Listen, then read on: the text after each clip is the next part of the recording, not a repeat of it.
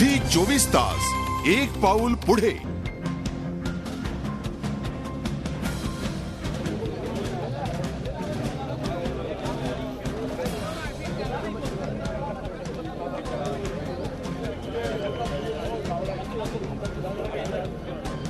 अजित पवार यांनी घेतलेली उपमुख्यमंत्री पदाची शपथ घटनाबाह्य असल्याचा आरोप विरोधी पक्षनेते एकनाथ खडसे यांनी विधानसभेत केलाय।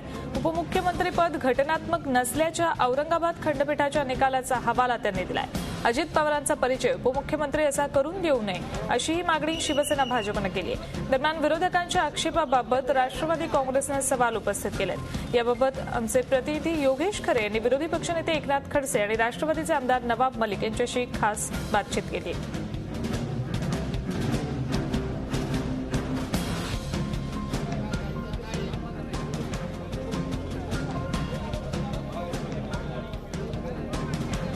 उपमुख्यमंत्री पदाची शपथ घटनाबाह्य असल्याचं एकनाथ खडसे यांनी म्हटलंय। या संदर्भातला आरोप त्यांनी विधानसभेत केलाय।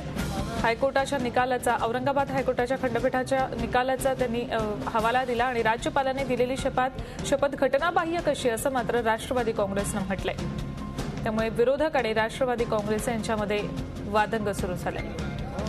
उपमुख्यमंत्री पदावरून आता विरोधक आणि राष्ट्रवादी काँग्रेस असा वादंग सुरू झालाय। सिंचन घोटाळ्यावरून विरोधकांनी आज मूक मोर्चा सुद्धा काढला। वेगवेगळे बॅनर घेऊन विरोधक विधानसभेवर धडकले। राष्ट्रवादी काँग्रेसचा विरोधकांना सवाल आहे की उपमुख्यमंत्री पदाची शपथ राज्यपालांनी दिली ती घटनाबाह्य कशी असू शकते।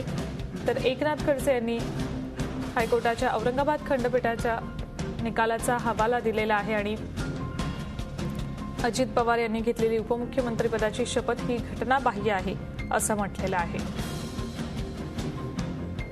हिवाळी अधिवेशनाला आजपासून नागपुरात सुरुवात झालेली आहे। मात्र अजितदादा हेच विरोधकांच्या टार्गेटवर आहेत। सिंचनाची श्वेतपत्रिका आणि अजितदादा हे दोन मुद्दे सध्या विरोधकांच्या अजेंड्यावर आहेत। अजितदादांना टार्गेट करण्याचंच विरोधकांनी ठरवल्याचं दिसतंय। अजित पवार यांनी घेतलेली उपमुख्यमंत्री पदाची शपथ घटनाबाह्य असल्याचा आरोप विरोधी पक्षनेते एकनाथ खडसे यांनी विधानसभेत केलाय।